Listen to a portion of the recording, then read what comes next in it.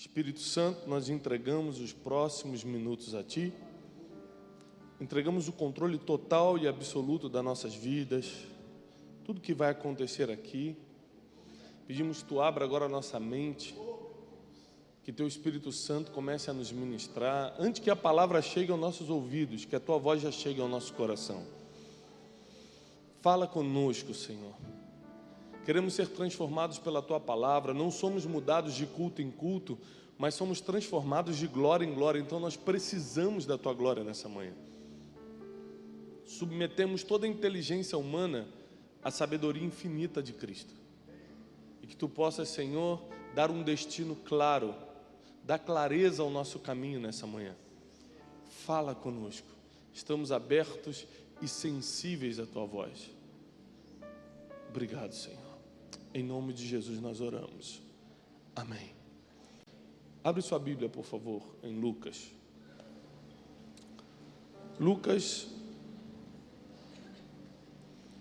capítulo 2.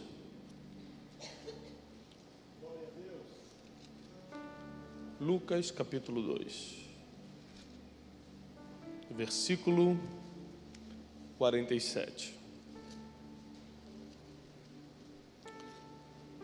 Eu estou muito feliz de estar aqui hoje. Estou acompanhado da minha esposa. Nós estamos grávidos do 3º filho. Está aí, né, irmão? É cumprindo a palavra. A gente está aí multiplicando mesmo. Graças a Deus, filho pode fazer, né? Deus liberou. Então a gente está fazendo. O objetivo é montar uma ONG. Então a gente está crescendo já. Estamos no 3º. E eu estou muito feliz de estar aqui com o pastor Mirko, um homem de Deus para esse país, para essa nação, estar conhecendo vocês. E eu espero que essa manhã seja uma manhã de edificação, de crescimento. Porque Deus colocou uma palavra no meu coração. Na verdade, antes da ministração da palavra em si, do ensino, Deus colocou uma palavra profética, que esse ano vai ser um ano que vocês vão frutificar como nunca antes. Agora, o que é frutificar? O que é dar fruto? Numa linguagem de hoje, seria dar resultado. Quando você dá resultado, você sabe que a Bíblia, cada vez que passa, vem versões mais atualizadas, né? Você sabe que a versão mais antiga da Bíblia, aquele versículo que diz: mais vale o bom nome do que muitas riquezas, lá em Provérbios. Na verdade, o original está escrito a palavra shemen, que é óleo. Então, mais vale o bom nome do que ter muito azeite. Porque na época que foi escrito, o azeite era riqueza. O azeite era usado para acender as lamparinas, o azeite era moeda de troca, o azeite era usado para comida, o azeite era tudo. Então, só que não faria sentido colocar na Bíblia mais vale o bom nome do que muito azeite hoje em dia. Então, o tradutor colocou mais vale o bom nome do que muitas riquezas. E muitas coisas estão sendo atualizadas. Antigamente, na versão mais antiga, dizia que você não pode negar um copo de água a um dos pequeninos. Hoje em dia já é a senha do Wi-Fi, já está mais atualizado. Não se nega. Você entra na casa do irmão, você não quer nem mais água. Você fala: irmão, tem a senha do Wi-Fi aí, por favor? E o copo de água e a senha do Wi-Fi não se nega a ninguém, né, irmão? Mas o que é interessante é que, se a gente for contextualizar a palavra dar frutos, e a Bíblia diz que nós temos que dar frutos e frutos que permanecem, ou seja, não pode ser inconstante, nós atualizaríamos para resultados. Uma igreja que não dá resultado, pessoas que não dão resultados, pessoas que estão sempre vindo para pedir, mas nunca tem nada para dar. Pessoas que estão sempre precisando de alguma coisa, mas não tem nada para oferecer. Pessoas que não têm um histórico para mostrar para Deus. Fala: Deus, você me tirou da lama, me tirou da prostituição, me tirou do pecado, fez a única coisa que ninguém poderia fazer por mim, que é me perdoar. Esses dias alguém me perguntou: rapaz, você é um pensador, você é um pesquisador, como é que você é religioso? E eu respondi essa pessoa e botei a resposta depois no meu Facebook. Falei assim: olha, apesar de ser um pesquisador, de ser um pensador, eu hoje sigo e amo a Jesus Porque na época que todo mundo me deixava, porque quando você errar na vida, todo mundo vai te deixar. Quando você quebrar financeiramente, esquece. Teu amigão vai embora. Quando você cometer um erro, um pecado, ninguém vai te visitar. Mas tem uma pessoa que por tudo que você passou na tua vida, continuou do teu lado, falando, eu acredito em você. Eu já vi o teu futuro e eu sei que você vai sair dessa, eu vou ficar do teu lado. É Jesus, a pessoa que olhou para você e te perdoou teus pecados, não se importou com o teu passado. Então como eu posso abandonar o único que acreditou em mim? Porque agora acreditar em mim é fácil, acreditar no pastor Mirko agora é fácil, porque a gente tem resultado. E na época que a gente não era nada, que a gente era pecador, na lama, ninguém queria andar com a gente, falava mal dos outros, a gente mentia, estava dentro de todo o lamaçal que o ser humano passa, e todo mundo quer ficar longe de uma pessoa sem resultados. Aí vem Jesus e fala, eu fico do teu lado, porque eu sou o único que já vi o teu futuro, e eu continuo do teu lado. O diabo, como é acusador, só te vê no passado. O ser humano, como é limitado, só te vê no presente. O único que já viu o teu futuro foi Jesus. E é por isso que você está aqui hoje, porque Ele já viu quem você vai se tornar nos próximos meses. Ele sabe quem você vai ser no final de 2017. E eu lhe garanto, não vai ser a mesma pessoa que você começou. Então, dar frutos não é uma questão de status no reino de Deus, é uma questão de sobrevivência. Sabe por quê? Porque eu nunca vi na Bíblia Jesus amaldiçoar um mendigo, nunca vi Jesus amaldiçoar uma prostituta, eu nunca vi Jesus amaldiçoar nem sequer um pecador, um traficante, o que seja, mas uma árvore sem frutos ele olhou e amaldiçoou. Quando ele voltava de Betânia para Jerusalém, teve fome, olhou para a figueira, falou, tenho fome, vou comer um figo. E a figueira não tinha figos, e deu uma boa desculpa, não é época de figos. Porque sempre quando Deus nos pede alguma coisa, a gente tem uma boa desculpa. Deixa eu te falar uma coisa, Deus te levanta até dos teus fracassos, mas nunca das tuas desculpas. O teu futuro é construído pelas decisões que você toma hoje, não pelas desculpas que você dá. O teu futuro é construído, é decidido, não é pelas orações de domingo, é pelas decisões de segunda-feira.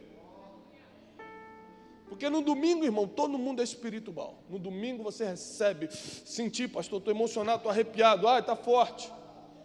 Isso é no domingo. Na segunda-feira, que a gente está lá fora na batalha, na guerra, no dia a dia, é aí que a gente mostra quem é. Deus está muito mais interessado na tua segunda-feira do que no domingo. Porque aqui todo mundo é espiritual. Aqui eu já estou todo arrepiado. O problema é se eu sou essa mesma pessoa amanhã, na terça, e na quarta que falta o dinheiro, e na quinta que alguém me acusa injustamente, e na sexta que o parente fala mal de mim, e no sábado que chega o convite para sair para aquele lugar que você sabe que não pode ir. Nós perdemos a oportunidade de dar frutos no reino, de dar resultados em todas as áreas da nossa vida, porque nós não atentamos para toda a instrução que vem antes das promessas. Fala para o irmão que está ao seu lado, antes de toda promessa, vem uma instrução. Eu poderia ficar aqui dando 1000 exemplos, mas eu vou dar um. Gênesis 12 diz assim, Abraão, sai da tua terra, olha a instrução, sempre antes da promessa vem uma instrução, sempre, sem exceção.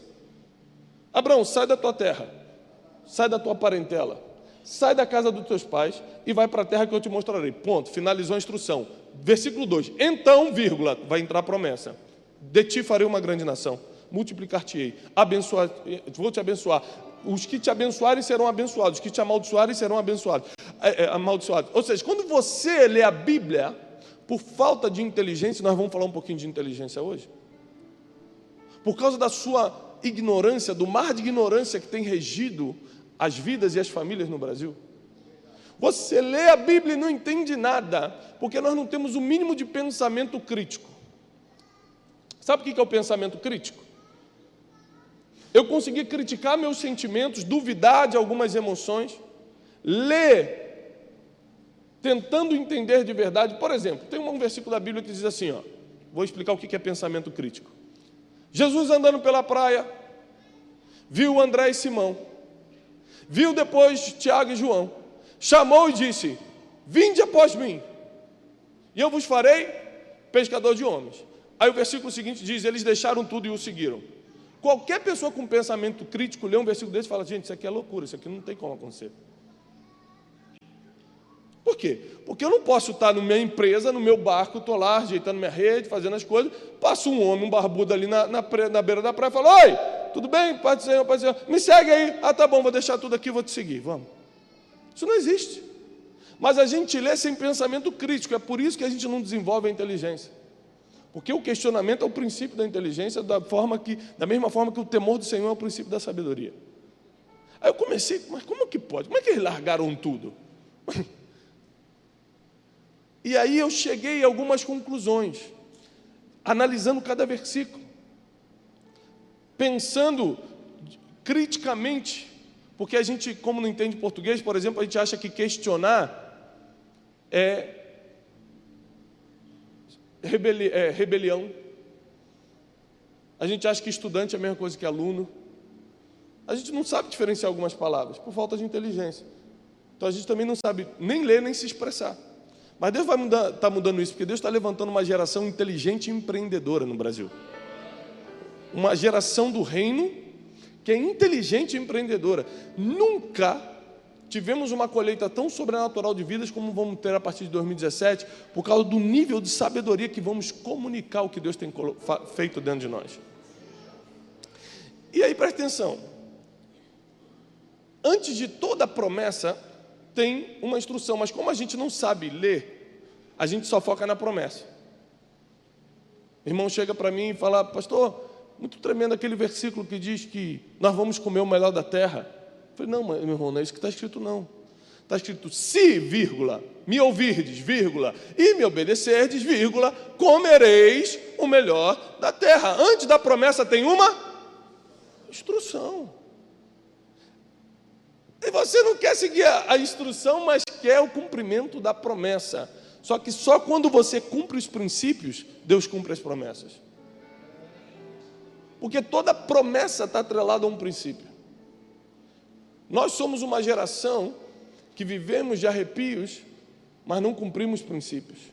Vivemos de muito barulho, mas não desenvolvemos a inteligência e a sabedoria que Deus colocou em nós. Tudo vem dele e tudo é para ele. Na verdade, nada vem de você, mas ele colocou uma semente em você, espero que pelo menos você regue. Porque Deus pensa em você, mas não pensa por você. A fé só resolve o impossível, meu irmão. O possível é função da tua inteligência. Deus pode, pela fé, te dar a melhor empresa do mundo, mas nunca vai administrá-la por você. Porque é função do que Ele já te deu, a inteligência e a sabedoria para você administrar. Deus pode te dar um casamento, mas Ele não vai tratar tua esposa ou teu esposo bem por você. Não vai. Não vai. Me mostra aí. Deixa eu bater na minha esposa para ver se ela fica comigo. Eu posso ser o maior homem de Deus do mundo. Na sogra pode, mas na esposa não, gente.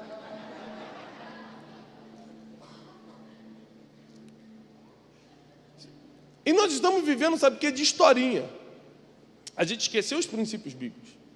A gente acredita no que o cara do rádio falou, no que o pastor da televisão disse, no livro que leu, mas o princípio mesmo, nós esquecemos. Já chegou um irmão para mim: pastor, tremendo aquele versículo em Provérbios, né? Eu falei: como, irmão? Aquele, pastor: mais vale um passarinho na mão do que dois voando. Meu irmão, isso não está... É Eclesiastes, pastor. Eu falei: não, irmão, não está nem na Bíblia. Porque as pessoas estão vivendo do que os outros falam. Eles não estão indo direto na fonte. A água da fonte sempre vai ser mais limpa do que o rio. E tem gente querendo mergulhar no rio. Eu quero mergulhar no rio do Senhor. Vai na fonte, que a água é limpa, é cristalina, não tem mistura. Vai na fonte. E Lucas 2:47 diz assim: e todos que o ouviam admiravam-se de sua inteligência e respostas. Aqui nós estamos falando de Jesus aos 12 anos de idade. No versículo 42 do mesmo capítulo diz: e tendo ele já 12 anos, subiram a Jerusalém. Quando a Bíblia cita números, a numerologia bíblica é interessantíssima. Porque quando ela cita números, ela quer te revelar códigos a serem desvendados. Por que 12 anos? Porque um homem só vira homem em Israel ao completar o seu bar mitzvah aos 13 anos. Então a Bíblia queria deixar claro que Jesus era um menino, que Jesus não tinha responsabilidade como homem, que Jesus não tinha como responder por si mesmo. No entanto, apesar de ser um menino, já estava fazendo algo que ninguém poderia fazer, porque dias de desaparecido, foi encontrado não no hospital, não numa delegacia, não no parquinho das pracinhas de Jerusalém brincando, mas ele foi encontrado sendo ainda um menino, ensinando aos doutores da lei dentro do templo em Jerusalém. Deus me deu a oportunidade de ir mais de 40 vezes a Israel.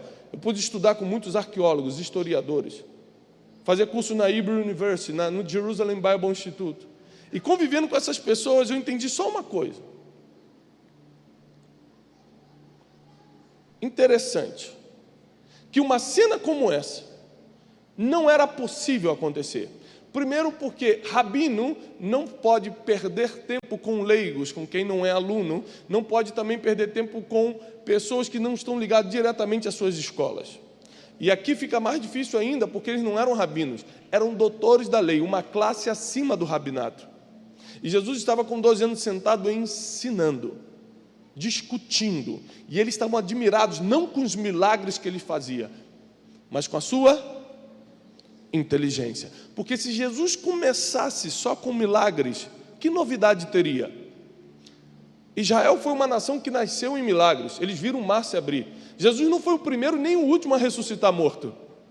Eliseu e tantos outros ressuscitaram mortos antes de Jesus. Se Jesus começasse com milagres, seria mais um, mas ele começou mostrando a inteligência que estava nele. A inteligência de Jesus era algo sobrenatural, era incomum. E ele deixou à nossa disposição, porque ele é o nosso maior exemplo, ele deixou à nossa disposição tudo o que ele tinha. Infelizmente, a gente focou só no poder e esquecemos da parte natural que nos cabe. É por isso que muita coisa não acontece. Porque a fé só entra em ação. A fé só entra em ação quando você já não pode mais fazer. Quando o diagnóstico chega, não adianta mais você fazer nada. O que você tem que fazer é antes do diagnóstico. Quando a quebra financeira chega na empresa, você só pode chorar. O teu trabalho é administrar o ponto que nunca a quebra chegue. Deus colocou à sua disposição algumas ferramentas e nós vamos estudá-las hoje. E todos que ouviam se admiravam de sua inteligência e respostas. Nós temos que lembrar que Jesus foi um homem, historicamente, não vou nem falar de Jesus como Deus agora, historicamente, um homem que mudou completamente a história, dividiu o mundo. Existe um antes e depois de Cristo, porque ninguém agiu na terra como ele agiu. Há uns 2 anos atrás eu fui dar um curso de coaching e inteligência emocional em Dubai, Israel. Dr. Augusto Cury, que foi meu mentor de doutorado, foi comigo e foi um dos professores. E a gente estava conversando no Getsemane, em Jerusalém, e ele falou assim: rapaz, você já parou para pensar o que passou na cabeça de Jesus 12 horas antes de morrer? Porque qualquer pessoa que sabe que está condenada à morte, ela não consegue parar de pensar, ela não consegue parar de sofrer, ela começa a ter várias psicossomatizações, mas Jesus estava ensinando os discípulos. Pedro estava cortando a orelha de Malco no Getsemane, ele estava colando a orelha e falando: Pedro, quem vive pela espada morrerá. No meio de uma pressão psicológica que homem nenhum está preparado para ter, Jesus estava ensinando, cumprindo o seu propósito. Porque o propósito de Jesus, a agenda de Jesus sempre foi ensinar. Os milagres aconteciam no caminho. Toda vez que você lê Jesus saindo de um lugar para o outro, ele estava indo ensinar. Jesus saindo da Galileia foi ensinar na sinagoga tal. Saindo de Cafarnaum foi ensinar em Nazaré. No caminho apareciam os necessitados, apareciam quem precisava de milagre e ele curava. Porque quem está na escola de Jesus, quem estava com ele sendo ensinado, nunca estava no caminho pedindo milagre. Você não vê, Tiago, me faz um milagre, estou com uma dor de cabeça terrível. Você não vê nem Judas Iscariote, que merecia ter alguma coisa, fala: Jesus, faz uma oração forte aí por mim, tem uma campanha de 7 dias forte aí para mim, não? Porque quem está sentado na escola de Jesus não está pelo caminho pedindo milagre, está fazendo milagre, está realizando os milagres. Então a primeira coisa que eu aprendo é que muito cedo Jesus descobriu para que nasceu. para que estava na terra. O primeiro ponto que eu gostaria que você prestasse atenção, e o pastor só me deu até 2 da tarde, então eu tenho que correr aqui, é o seguinte: dos 97 pontos, o primeiro é o seguinte. Não escutei nenhum glória, hein? O primeiro é o seguinte: descubra o seu propósito. Se você não descobrir a ideia central que rege a tua vida, você não consegue fazer mais nada. Porque tudo que Jesus construiu dos 12 anos para frente foi em cima dessa descoberta. Gente, eu tenho 12 anos e estou ensinando aos doutores da lei. Tem alguma coisa especial em mim? Não é possível. Quando você é surpreendido fazendo algo que ninguém consegue fazer, você está muito próximo a desvendar o seu propósito na terra. Eu descobri que o meu propósito de vida, me fazendo algumas perguntas, eu tenho um livro que eu falo muito sobre propósito, ensino a pessoa a descobrir o propósito, que eu chamo de ideia central permanente. A ideia central e é permanente, entrou na tua infância, só vai sair quando você morrer. Todos os teus projetos sempre vão girar em torno dessa ideia. Talvez você não reconheça hoje, mas na verdade o teu propósito já está dentro de você, está clamando para ser descoberto. Tudo que você faz é em torno disso, você não percebe, porque não descobriu. Quando eu descobri, eu percebi que eu era um treinador, que meu propósito de vida era treinar pessoas. E aí muita coisa ficou clara para mim. Eu descobri que se eu sou um treinador, eu sou o Tite, eu não sou o Neymar. Então eu não posso ficar com inveja se ele faz gol e eu não, se ele ganha 10 milhões eu não. Dentro da igreja tem um monte de perseguição, um monte de competição, um monte de invejinha, porque você não descobriu quem é você. Então você está se comparando com o resultado de uma pessoa que não tem nada a ver com o teu propósito. Jesus, quando descobriu o propósito dele, ficou mais fácil. Porque sabe qual foi o ponto número 2? Ele desapareceu. Dos 12 aos 30 anos ele não aparece em lugar nenhum, nem historicamente, nem na Bíblia, ele desaparece.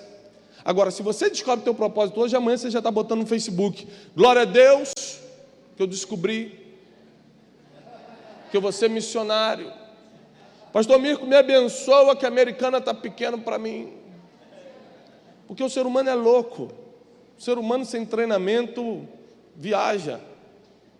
Aí Deus te dá uma palavra hoje, você descobre o teu propósito, teu destino. Caramba, você é pastor, você é missionário, você é um grande advogado, você é o presidente da república, Deus me mostrou. E você acha que amanhã vai acontecer. Entre o teu chamado e o cumprimento do teu chamado tem a etapa da carpintaria. Jesus ficou 18 anos ali, fazendo madeirinha. Gente morrendo do lado dele, criança morrendo, casal se separando, aleijado ali na frente. E ele não manifestou o propósito, porque não era chegada a hora de fazer. O tempo conta muito para Deus. O tempo conta tanto para Deus, que Davi pecou infinitamente mais e muito mais sério que Saul. Saul pecou somente quando errou no tempo, porque ele sacrificou para Deus, não foi para Mamon, nem para diabo, nem para Baal, para Deus. Ele sacrificou para Deus antes do profeta Samuel chegar. Quando Samuel chega, fala assim: por que você fez isso? Não, o povo estava com medo, os filisteus estavam avançando, você não chegava, eu sacrifiquei. Irmão, a pior coisa que você pode dar para Deus é uma desculpa. Vou insistir nesse assunto. A pior coisa que você pode dar para Deus é uma desculpa. Aí o profeta Samuel falou assim: hoje Deus está tomando o trono de você. A Bíblia diz que foi no 2º ano do reinado. E Saul reinou por 40 anos em Israel. Se hoje Deus estava tomando o trono dele, como é que ele reinou mais 38 anos? É porque Deus só toma o que é teu. Deus só toma o que ele te deu. O que os homens te deram, ele não mexe. E quem deu aquele trono físico para Saul? As tribos, e não Deus. Então Deus tomou um manto de autoridade, Deus cortou a ligação espiritual com ele, tanto que ele começou a consultar necromante e tudo quanto é tipo de coisa, porque Deus já não falava com ele. Então não pense porque uma pessoa está no altar, não pense porque uma pessoa está num trono que Deus está com ele, porque Deus pode estar muito tempo com a ligação cortada. Nem todo mundo que está no altar Deus colocou, nem todo mundo que está num trono, nem todo mundo que chegou num governo, nem todo mundo que é chefe Deus colocou. Às vezes os homens colocaram. Então não ache também porque você está bem que Deus está bem com você. Existe uma diferença muito grande. Jesus, olha como é que o tempo é importante para Jesus. Quando ele estava na tentação no deserto, o diabo chegou para ele, falou o seguinte: olha, levou ele no alto monte, no alto de um monte. Falou, tudo isso, mostrou as nações da terra, falou, tudo isso eu te darei, se prostrado me adorardes. Posso te fazer uma pergunta, você que é inteligente? Quem é o rei das nações? Ninguém sabe. Quem é o rei das nações? Está na Bíblia. Jesus, muito bem, parabéns. Agora deixa eu te fazer uma outra pergunta. Onde ele comprou as nações? As nações foram compradas. Onde ele comprou? Na cruz, muito bem também, pessoal. Faltavam 3 anos para a cruz ainda. Ele estava no deserto iniciando o ministério. O diabo, quando não consegue te atrasar, porque tem unção, tem anjo do teu lado, tem ministração do teu pastor, ele não está conseguindo atrasar a tua vida, ele fala assim, então vou fazer o seguinte, eu vou adiantar. Porque para o diabo só importa que você faça fora do tempo, para Deus não liberar a promessa. Então ele fala assim, já que eu não consigo atrasar, porque o cara é muito fiel, eu vou adiantar. O que Deus prometeu para ele mesmo? Prometeu às nações, eu te entrego todas as nações. Agora. Ele não está prometendo algo que Deus não te falou, ele pega o que Deus te falou e entrega antes. Aí Jesus falou, para trás, Satanás.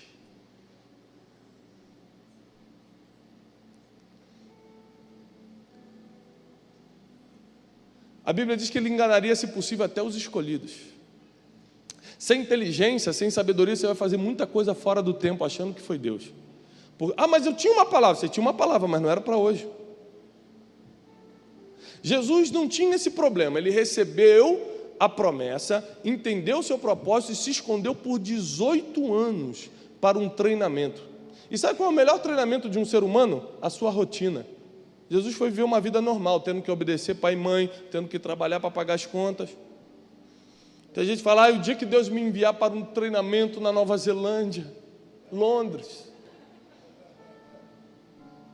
Irmão, nada é melhor do que a sua rotina, porque na sua rotina você é quem é. E aí Deus te conhece. Deus treinou Davi na rotina dele como pastorzinho de ovelha. Mandou o urso para ver qual era dele, ele matou o urso. Mandou o leão para ver qual era dele, ele matou o leão. Até que um dia falou assim, agora manda o Golias para ver o que ele faz. Para quem não vê Discovery Channel, vou te contar uma história interessante. O urso, quando vai atacar, ele vem correndo nas 4 patas e de repente fica de pé para poder fazer o ataque. E um urso em pé chega a ter 3 metros de altura. Davi podia ter reclamado, dizendo que aquilo era uma provação, dizendo que Deus tinha abandonado ele, dizendo que ele estava sozinho com as ovelhas. Mas Davi entendia que as dificuldades da vida, que os problemas da vida, que a contrariedade da vida, esse mesmo que te faz chorar, te faz perder noite de sono, te faz marcar gabinete como pastor, o que você interpreta como problema, Deus chama de treinamento. Aí Davi fala assim, é um treinamento. Um dia que o pai dele pede para ele levar pão na guerra e queijo para os comandantes, ele não fala, agora você é baixado office boy, agora eu sou padeiro. Não, ele pega e obedece. Porque antes da promessa vem um princípio. Se você quebrar o princípio de obediência ou qualquer outro, a promessa não se manifesta. Então ele pega o pão e vai. Quando chega lá, tem um gigante afrontando o exército de Israel. Tem um gigante que há 40 dias ameaça Israel e nenhum dos homens treinados teve coragem de enfrentar. Nem o rei teve coragem de enfrentar. Quando ele viu aquela cena, ele ficou com raiva. Ele se aproximou e gritou. O que ele gritou, pessoal? Não. Esse é o que todo mundo pensa. Eu faço isso para a pessoa errar mesmo. Ele não falou quem é esse incircunciso. Isso é o que o espiritual faz. Davi, que era natural, ele falou o seguinte, o que vão dar para quem derrubar esse gigante? Porque todo homem só se move em grandes projetos pela recompensa que ele dá. Você fala, eu não, pastor. Eu sou espiritual. Meu irmão, você só vem à igreja porque você quer ir para o céu. Ninguém faz nada sem recompensa. O que vão dar? Quando ele escutou a recompensa, ele falou assim, quem é esse incircunciso? Aí ficou espiritual, irmão. Aí baixou o negócio, quem é ele para fazer isso? E tem outra coisa, por que todo mundo estava com medo e aquele menininho não estava? Porque a Bíblia diz que Golias tinha 3 metros de altura. Ele olhou e falou, já peguei um desse tamanho, dá para pegar. O problema que você passou ano passado, o problema que você passou 5 anos atrás, foi uma preparação para o dia de Golias. E Golias é o seu passaporte para o palácio. Então não pense que Deus permitiu porque Ele é mau eu passar por tudo isso. Tudo foi um treinamento, porque 2017 vai começar o ano da promessa, o ano da frutificação. Você vai começar a dar resultado, mas primeiro você tem que descobrir o seu propósito de vida, para você não perder mais tempo fazendo o que não é mais para fazer. Hoje em dia, se chega uma proposta para mim, é fácil dizer sim ou não. Chega um contrato para assinar, é fácil dizer se eu vou assinar ou não. É muito fácil decidir quem anda do meu lado e quem não anda. O convite que eu aceito e o convite que eu não aceito. Por quê? Porque eu descobri meu propósito. Aí fica fácil saber onde eu boto meu dinheiro e onde eu não boto. Porque eu sei, não tem a ver com o meu propósito. Não está ligado ao meu destino. Eu não vou perder tempo com isso. A vida é só uma. Estude a vida dos grandes homens de Deus e você vai ver que eles não perderam um dia sequer fora do seu propósito. Quando a Bíblia diz que Jesus não tinha onde reclinar a cabeça, não é porque ele não tinha dinheiro para comprar, é porque ele não tinha tempo para fazer decoração de apartamento. Ele não tinha tempo, não sei se eu boto esse sofá mostarda, porque ele estava envolvido com o seu propósito. Ele estava envolvido com o destino que Deus tinha preparado.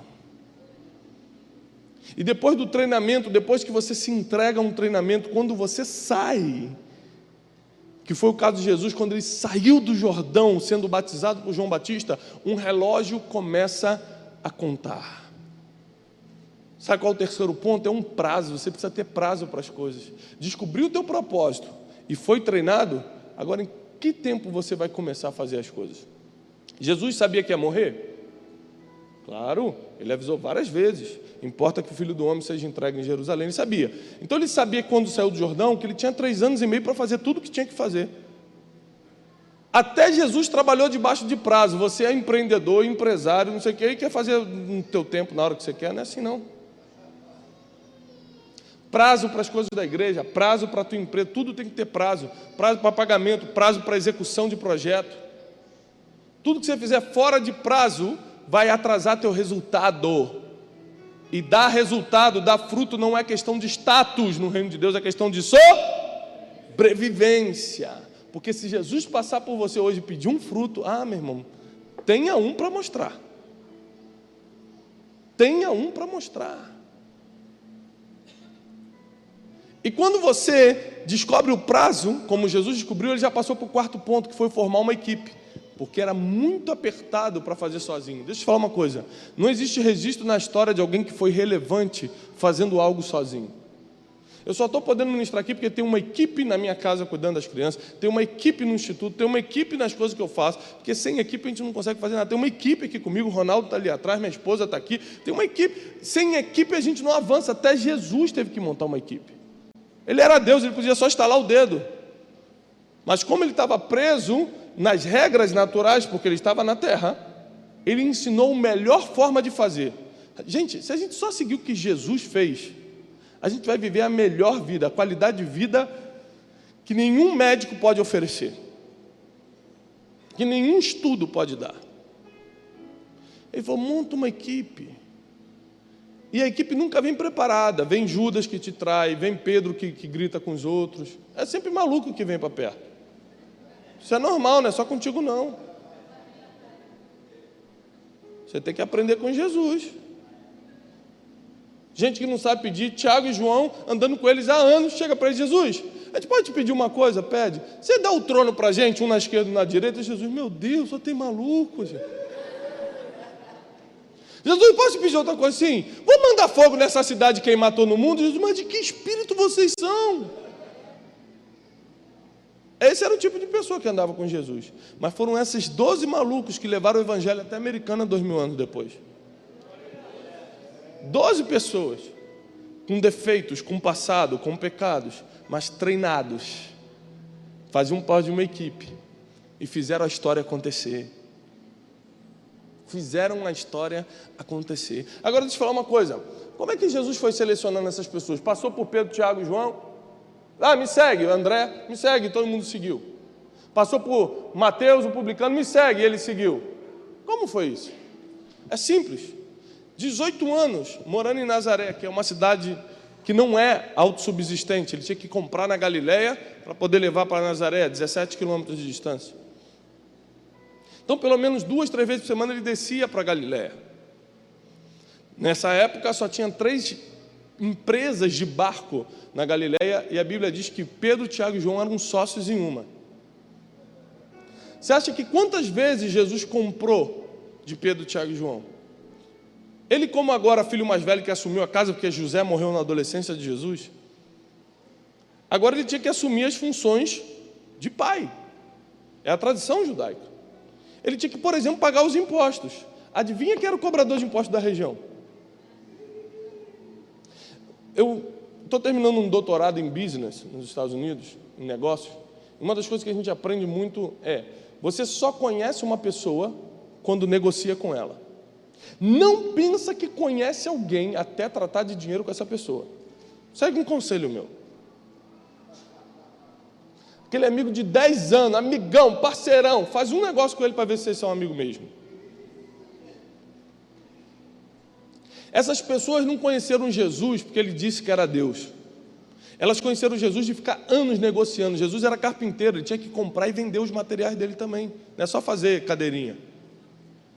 Essas pessoas negociaram com Jesus por anos. E quando ele passou e falou: eu sou o Messias, me segue. Então falou: ninguém fala como ele. Ninguém tem um amor nos olhos como ele tem. Meu coração queima quando eu estou perto dele. A palavra dele é sim, sim, não, não. Ele nunca faturou em cima de ninguém. Ele está sempre preocupado que todo mundo saia ganhando. Esse homem não é normal. Vamos segui-lo. Chegou um tempo que nós precisamos imitar Jesus. Aí a gente só quer ver o Jesus com os olhos de chama de fogo, com o pé de bronze, a gente quer ver o Jesus espiritual, o que é lindo. Mas desde que na eternidade, você vai passar a eternidade toda vendo ele. Pega o Jesus que te ensinou tantas coisas nesses 3 anos e meio que manifestou e pratica na tua vida. Sabe por quê? A eternidade é o teu destino, mas essa terra é o processo, meu irmão. Passe bem pelo processo, porque nem sempre o destino é alcançado se você falhar no processo. Você vai para o céu sendo pobre ou sendo rico, basta crer em Deus e ser batizado. Então por que não ser rico? Você vai para o céu tendo muita dificuldade no casamento ou pouca dificuldade no casamento, porque se você crer e for batizado, você será salvo. Então por que não ser um casamento feliz? É porque uma coisa é aceitar Jesus, outra coisa é seguir os princípios de Jesus. São 2 coisas totalmente diferentes. Quando você aceitou Jesus, parabéns, está salvo. Se não fizer nenhuma besteira, vai morrer, vai para o céu, que beleza. Só que ainda falta 40 anos para você morrer. Para alguns, bem menos, mas... Falta 40 anos, o que você vai fazer? Jesus, volta logo, pelo amor de Deus. Vou ficar 40 anos com esse homem aqui, Senhor? Esse traste que tu me deste aqui? Senhor, eu estou no vermelho, 5º mês seguido. Não consigo pagar as contas. Aí entram os princípios de Jesus. Os princípios que você tem que cumprir para ter uma vida equilibrada, feliz, próspera na terra. E esses princípios, tem gente que não aceitou Jesus como Senhor e Salvador e cumpre lá fora. Por isso está vivendo uma vida boa. Porque uma coisa é independente da outra. Tem gente que aceitou Jesus como Senhor e Salvador e não cumpre os princípios de Jesus, leva a vida miserável em todos os sentidos da palavra miséria, não só financeira. E tem gente que nunca aceitou Jesus como Senhor e Salvador e cumpre os princípios. Tem gente lá fora que é muito mais generoso do que você que está aqui dentro e sabe do poder da generosidade. Aí então, Jesus forma a equipe, chama Mateus, chama aquela equipe e parte para o 5º ponto. Ele vai para um planejamento estratégico, coisa que crente não sabe nem o que é. Ah, o que é? Isso é língua estranha? Está na Bíblia. Esses dias eu falei uma palavra,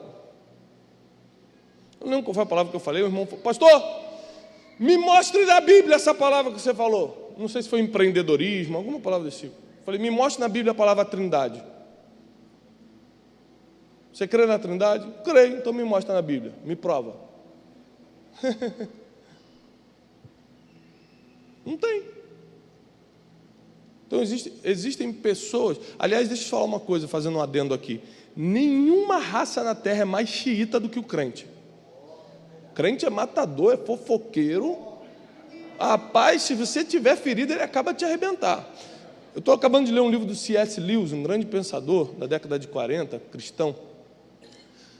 Escreveu as Crônicas de Nárnia e muitos livros interessantes. Estou lendo o livro Cartas de um Diabo para o Seu Aprendiz. E aí ele é o diabo trocando cartas com um aprendiz de demônio, e o demônio está comemorando porque está quase matando o crente está no hospital. E aí o diabo fala assim: rapaz, você está maluco? Você não pode encostar no crente. Não pode, rapaz. Não, mas você não vai poder matar. Primeiro, porque a gente não tem permissão. E segundo, porque você vai sujar a tua mão com sangue de crente. Aí o demônio falou para o diabo: então o que eu faço? O diabo respondeu assim: só deixa ele ferido e deixa que a igreja faz o resto. Isso foi na década de 40. 2017. Sabe o que eu estou falando? Se você bota um pensamento no Facebook, vem um cara atrás e começa a falar uma besteira. Não é isso não! Você entra no Facebook do pastor famoso, o cara bota a foto. Vou dar um exemplo simples. Eu não sou nem famoso não, mas vou dar um exemplo meu. Botei foto com as crianças na Disney. Aí vem um crente chito embaixo assim: bonito, hein? Gastando o dinheiro do povo de Deus para abençoar Satanás na Disney. Primeiro, eu não vivo do dinheiro do povo de Deus, eu tenho um trabalho. Segundo, se a gente for levar que tudo é de Satanás, você não vai poder comer no McDonald's, não vai poder usar homo. Teve uma época do satanismo, não sei se vocês pegaram essa época, que não podia nada. Tinha que andar pelado, olhando para o céu, porque tudo era do demônio. Falei: meu irmão, se o McDonald's for de demônio, eu estou ferrado, porque... Eu falei, aquilo me pesou, falei, que droga. Apaguei a foto. Falei, tá. Isso foi em janeiro. Em abril fui para a Índia. Todo ano eu vou para a Índia fazer um trabalho missionário que a gente toca lá. Aí estava na Índia. Aí tirei uma foto no orfanato com as crianças que a gente tem, que a gente apoia lá. Aí um irmão botou embaixo: bonito! Em vez de estar apoiando as crianças do Nordeste, está aí dando dinheiro para a Índia. Eu falei: gente, crente é xiita mesmo. Quer matar todo mundo, quer falar mal de todo mundo. Graças a Deus aqui em Americana não tem isso. Mas lá em Alphaville, onde eu moro, está terrível. Então o planejamento estratégico foi muito importante, porque Jesus falou assim: puxa, já descobri meu propósito, sou o salvador da humanidade, eu tenho que ensinar essa geração e esse ensino tem que perpetuar para as próximas gerações, eu preciso dividir a história. Ele passou pelo treinamento para ser capaz de fazer em 3 anos, e com uma pessoa demoraria 300 anos para fazer, porque tem isso, quando você passa pelo treinamento de Jesus, você faz em 2 semanas, com uma pessoa leva 20 anos. Você fica produtivo e não ocupado. Porque tem gente que está 20 anos ocupado e não faz nada, não tem resultado nenhum. Tem gente que está produtivo 2 semanas e tem um monte de fruto para mostrar. Terceiro, eu já sei que eu tenho só 3 anos e meio. Quarto, eu já tenho uma equipe. Agora eu preciso planejar como eu vou fazer isso acontecer. Jerusalém era a cidade que todo mundo queria morar.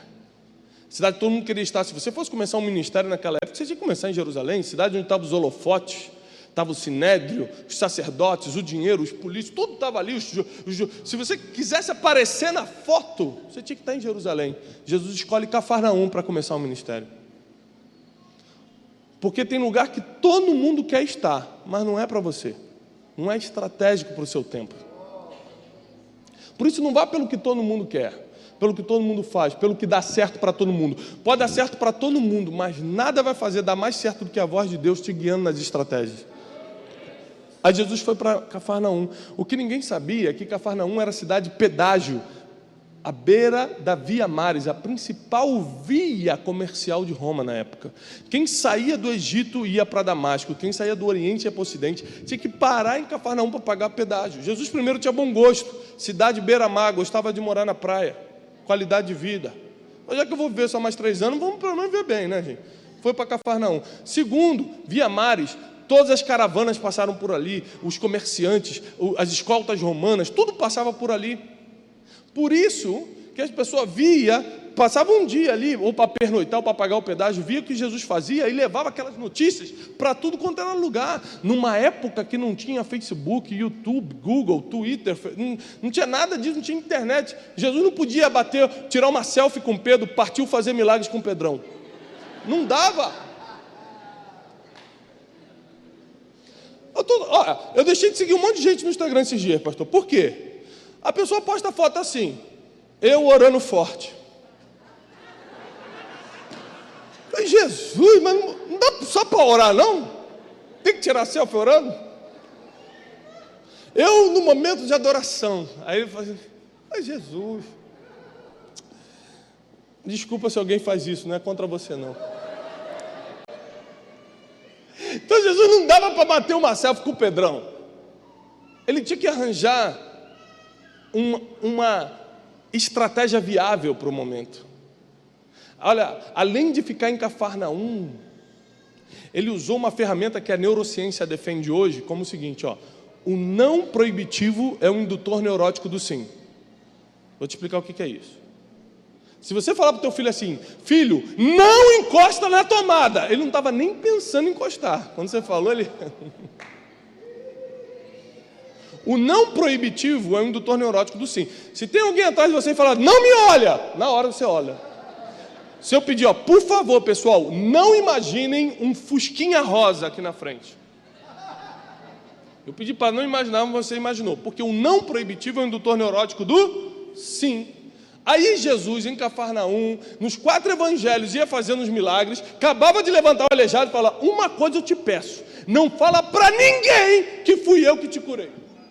Versículo seguinte, e a sua fama correu até a Síria. Planejamento estratégico, escolher o lugar certo, a fala correta, as ferramentas que você vai usar. 6, Jesus tinha um mentor. Querido, ninguém vai chegar a lugar nenhum relevante nessa terra sem um mentor. O que é um mentor? Alguém que já viveu o que você ainda vai viver, que já chegou onde você está sonhando em chegar. Alguém que está num nível que pode te puxar para cima. Você é a média das 5 pessoas que convive. Tem gente convivendo com tanta pessoa ruim que só afunda cada dia. A única pessoa que tinha condições de mentorear Jesus era o pai. Por isso que ele chegava cansado, todo mundo chegava cansado, aqueles dias de milagre pelas aldeias, os discípulos iam mimir, Jesus ia para o monte, passar a noite toda, sendo mentoreado pelo pai. Por isso que ele já descia com as estratégias, ele descia com o nome dos discípulos. Descendo Jesus do monte, chamou Pedro, Tiago, João, mentoreio. Ele descia do monte e já vinha com a agenda da semana, vamos para tal lugar. Agora, olha só, se o mentor é tão importante, está tão acima de você, onde você vai encontrar? Ele não come onde você come, não mora onde você mora. Quando eu entendi o poder de um mentor, pastor Mirko, eu comecei a investir tudo que eu tinha para concentrar mentores na minha vida. E às vezes não é só um mentor, porque às vezes eu tenho um mentor financeiro que eu jamais deixaria ele me aconselhar na família. Mas quando eu preciso de um mentoreamento financeiro, eu vou nele. O meu mentor financeiro, eu honro a vida dele como meu mentor financeiro. Tenho um mentor de vida. Eu estava viajando um tempo atrás, e o meu mentor de família me ligou e falou, estou vendo que você está com as crianças em tal lugar. Eu falei, posso te dar um conselho? Eu falei, pode, claro. Desliga seu telefone. E passa os próximos dias vivendo como se fosse o último com eles. Corre com eles, bota no ombro, brinca, vai em todos os brinquedos. Eu falei, até na montanha-russa, porque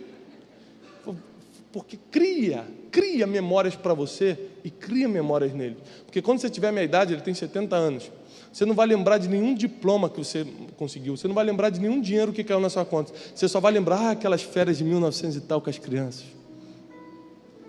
Aquilo mudou minha forma de interpretar meu momento com meus filhos, porque eu tinha um mentor que já viveu 50 anos na minha frente, está me ligando e falando, cara, olha, o final da vida é assim, começa a construir agora. Quanto vale isso? Mentores financeiros que falaram, não bota o dinheiro aí, daqui a 2 anos vai acabar assim, faz assado.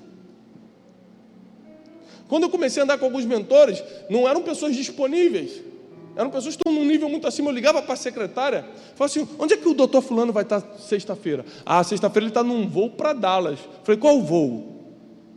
Pegava o voo, comprava um voo para Dallas e não era rico não, irmão. Dava meu jeito. Ia 10 horas de voo do lado do cara, só para ir. Mas como é que o senhor faz nessa situação? Mas como é que faria se fosse naquilo? Não tinha nada para fazer lá em Dallas. Mas como é que não sei o quê? Sai mais barato do que os problemas que eu economizei na vida. Mas tem gente que quando chega do lado de uma pessoa influente quer tirar selfie, em vez de pedir um conselho, em vez de fazer uma pergunta inteligente. Essa é a nossa geração, a geração do entretenimento e não do entendimento. Por último, Depois do mentoreio, e aí eu encerro aqui, ponto número 7. Jesus nunca revelava quem era para ninguém. Ele nunca revelava o seu destino para ninguém. Porque quando você revela quem é você, o teu propósito, o teu destino, você ganha inimigos antes do tempo. Pilatos, você é o rei dos judeus? Você que está dizendo. Os fariseus, então você que é o Messias estava para vir sobre Israel, né? Olha, eu te respondo se você me responder. O batismo de João Batista é do céu ou da terra? A Bíblia diz, não tendo o que responder, ninguém perguntou mais nada. Jesus não falava quem ele era. Porque quando você revela quem é você antes do tempo, você ganha inimigos antes do tempo. A diferença de José e Jesus é que quando José desvendou o destino dele, quando Deus dá aquele sonho, falou, meu Deus, eu vou governar, ele reuniu a família, gente, tem um comunicado para fazer. Vou governar, vai todo mundo se prostrar diante de mim. Não estava mentindo, não. Só que ele estava revelando um destino antes do tempo. Ele sofreu a vida toda para cumprir o mesmo propósito. Jesus só sofreu as 12 últimas horas. Você decide o nível e a quantidade do teu sofrimento pelo que você fala.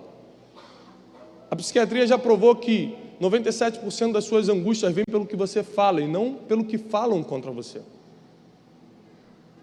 Chegou um tempo de nós sermos realmente uma geração inteligente, empreendedora. Fala menos, escuta mais, a sabedoria habita com o silêncio. Já sabe quem é você, já sabe o teu destino, guarda para você. A Bíblia dizia que quando o anjo dava uma revelação para Maria, quando Jesus fazia um milagre tremendo na frente de Maria, sempre fala assim, e Maria guardava todas essas coisas no seu coração. Não fala, gente, você viu meu filho? Messias, está curando aí todo mundo. Está que nem minha mãe. Se minha mãe tivesse em casa assim, você conhece meu filho Marcos? Ele canta uma música tão bonita, o Tiago prega. O Daniel fica falando, mãe, para mãe. Levar ele que eu quero gastar no ônibus, tudo bem? Você já escutou uma música do meu filho? Eu vou te cantar, assim, ó. Começa a cantar, eu falo, mãe, pelo amor de Deus. Maria não, Maria, ela guardava todas as coisas no seu coração. A gente tem muita dificuldade em escutar, guardar no coração e esperar aquele tempo que eu falei, da promessa se cumprir. Não fazer nada antes do tempo. Deus te trouxe aqui para essa manhã de ensino porque Ele quer liberar o teu destino, Ele quer desvendar o teu propósito. Deus quer te dar as ferramentas para que você comece a dar fruto. Deixa eu te falar uma coisa, essa semana você já vai dar mais fruto do que deu em todo o ano de 2016. Porque um novo nível de instrução está chegando, e quando vem instrução, a promessa se manifesta. Quando Deus manda a instrução, é porque a promessa está chegando. E tem muita gente aqui nessa manhã que entendeu o que Deus queria fazer. Tem muita gente aqui que enquanto eu estava ministrando, falou, é por isso que isso não acontece. Puxa, nisso que eu estava errando. O Espírito Santo foi te mostrando. Eu quero agora pedir para que você corra no altar. Somente as pessoas, preste atenção, tenha temor e tremor nesse apelo. Somente as pessoas que enquanto a palavra estava sendo ministrada, o Espírito Santo foi te mostrando, por isso, eu podia ter produzido, foi aqui que eu perdi. O Espírito Santo foi te mostrando coisas, o teu espírito foi aquecendo. É por essas pessoas que eu quero orar e profetizar. Vem no altar agora. Se Deus falou contigo durante essa mensagem, se Deus te mostrou os pontos que você está errando, se tem coisa que você precisa mudar na tua vida, pode vir, porque depois da instrução vem a manifestação da promessa. Espírito Santo de Deus,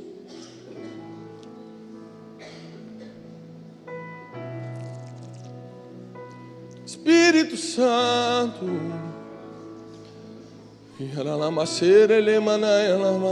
revela o teu propósito. Não fuja mais dos problemas. Problema foi feito para ser resolvido. Quem resolve problemas difíceis recebe governo. Daniel governou da Babilônia porque resolveu o problema de Nabucodonosor. José governou no Egito porque resolveu o problema de Faraó. Você está fugindo de problema ou resolvendo o problema? Você está se escondendo dos problemas ou está matando os problemas? Gigantes não foram feitos para nós fugirmos, foram feitos para serem derrubados. Deus te trouxe aqui nessa manhã porque Ele vai te levar para outro nível, vai ser outra dimensão. Esse ano de 2017 você vai colher frutos e eles vão permanecer. Vai ser um ano de resultados, um ano de instrução profética, e as coisas vão começar a acontecer numa velocidade que você nunca imaginou. Deus está deixando o teu passado no passado. Deus está te mostrando princípios que você vai ter que cumprir a partir de hoje. Cumprir princípio é muito difícil. A Bíblia diz que se você sabe que alguém tem alguma coisa contra você, deixa a tua oferta de lado, reconcilia-te com teu irmão e depois traz a oferta. Olha esse princípio. Se você sabe que você precisa pedir perdão a alguém, você tem que sair da igreja hoje e pedir, senão a tua oferta nem vale. A Bíblia diz em Tiago 3, que a tua boca é fonte de água doce ou água salgada, de bênção ou de maldição. Não dá para sair duas fontes da mesma boca. Quando você abre a boca para falar mal, para amaldiçoar, para fofocar, você escolheu a água salgada, e agora a água doce não flui mais. É por isso que tem gente que pede e não recebe, ora e não é atendido. Nós quebramos princípios diariamente, mas pensamos que só pelo ato religioso de vir ao culto alguma coisa vai acontecer. Mas a instrução está chegando na tua vida, e agora a promessa vai se manifestar. A promessa vai se manifestar. Deus vai te ensinar a remir o tempo, a fazer as coisas dentro do tempo. Meu Deus, o que está vindo sobre a tua casa, sobre o teu ministério, sobre a tua empresa, deixa eu falar uma coisa, a tua empresa não vai quebrar, a tua empresa não vai falir, não vai faltar nada, não importa a situação da tua família não vai partir no meio. Deus é um Deus de misericórdia, Deus é um Deus de restauração, e é um Deus que te ensina princípios para que Ele esteja livre para cumprir as promessas. Deus nunca vai quebrar um princípio para poder te abençoar, porque a bênção está dentro do princípio. Ele te trouxe aqui, você que está no altar principalmente, porque essa manhã é uma manhã de transformação, de upgrade, de crescimento, de passar para outro nível, de passar para outra dimensão. E eu quero profetizar na autoridade do nome que está sobre todo nome, que é o nome de Jesus, que hoje começa um novo tempo. Os resultados vão acontecer. E tem mais. Pessoas vão receber ainda hoje e à noite já vão ter testemunho para contar. Porque quando a instrução entra, a promessa se manifesta. Tem coisas que estão retidas há anos da tua vida, que serão liberadas essa semana. Não ache que é coincidência se aquela causa na justiça sair. Não ache que é coincidência se aquela pessoa te ligar e pedir perdão. Não ache que é coincidência se a restauração chegar, se a bênção financeira vier. Não é coincidência, é que quando chega a instrução, a promessa se manifesta. Quando chegam os princípios na tua vida, a prosperidade do Senhor se manifesta. E prosperidade não é ter dinheiro, prosperidade é ter tudo que você precisa para cumprir o teu propósito na terra. Tudo que você precisa para cumprir o teu destino na terra, Deus vai te dar. Isso é prosperidade. Deus sabe que eu preciso de uma família equilibrada para cumprir o meu propósito, então Ele me deu. Deus sabe que eu preciso ter as contas pagas para poder ter paz para ministrar, então Ele me deu. Prosperidade não é ter dinheiro, é ter tudo que você precisa para cumprir o teu propósito na terra. O que você precisa, coloca diante de Deus, porque a instrução chegou e agora a promessa vai se manifestar. Começa a colocar um prazo nas coisas. Começa a olhar as pessoas que têm que formar a tua equipe. Às vezes tua empresa não está crescendo. Às vezes teu ministério não está desenvolvendo. Tua família, porque você não sabe formar a equipe, não sabe treinar as pessoas que às vezes chegam dodói do teu lado, mas Deus colocou ali para que você seja a bênção na vida dela. Treine essas pessoas. Chegou um tempo de ser mentoreados. De parar de cometer os erros básicos que a gente comete.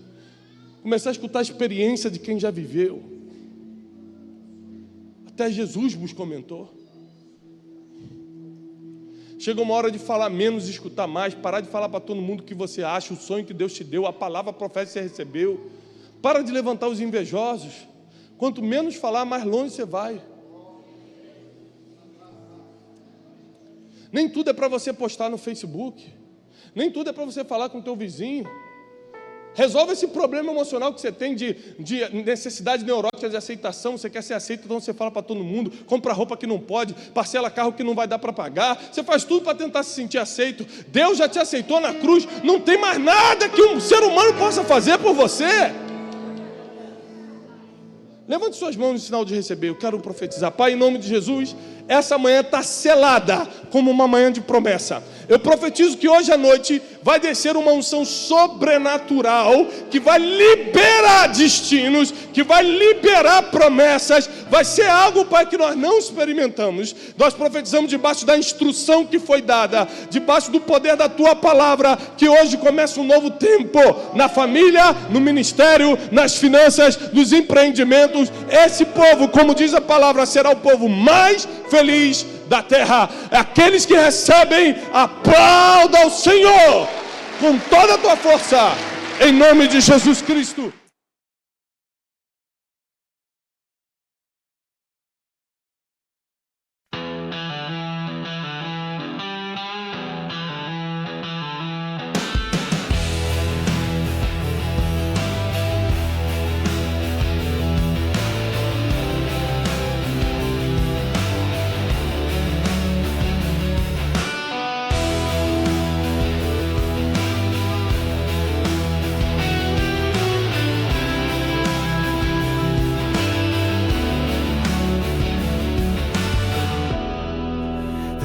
Stains the paper white,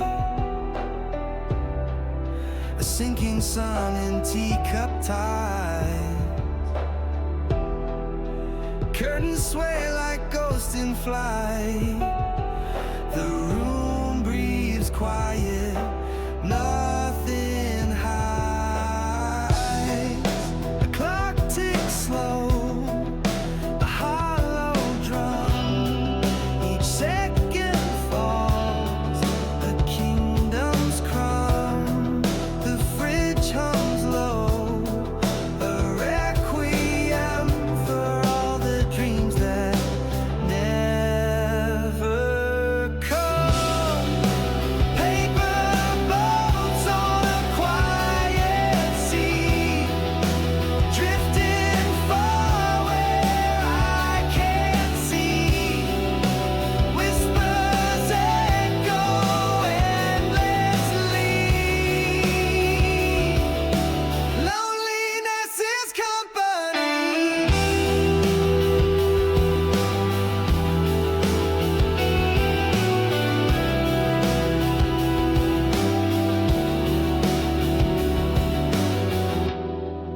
A single moth taps at the pane, its dusty wings a fragile flame. Outside the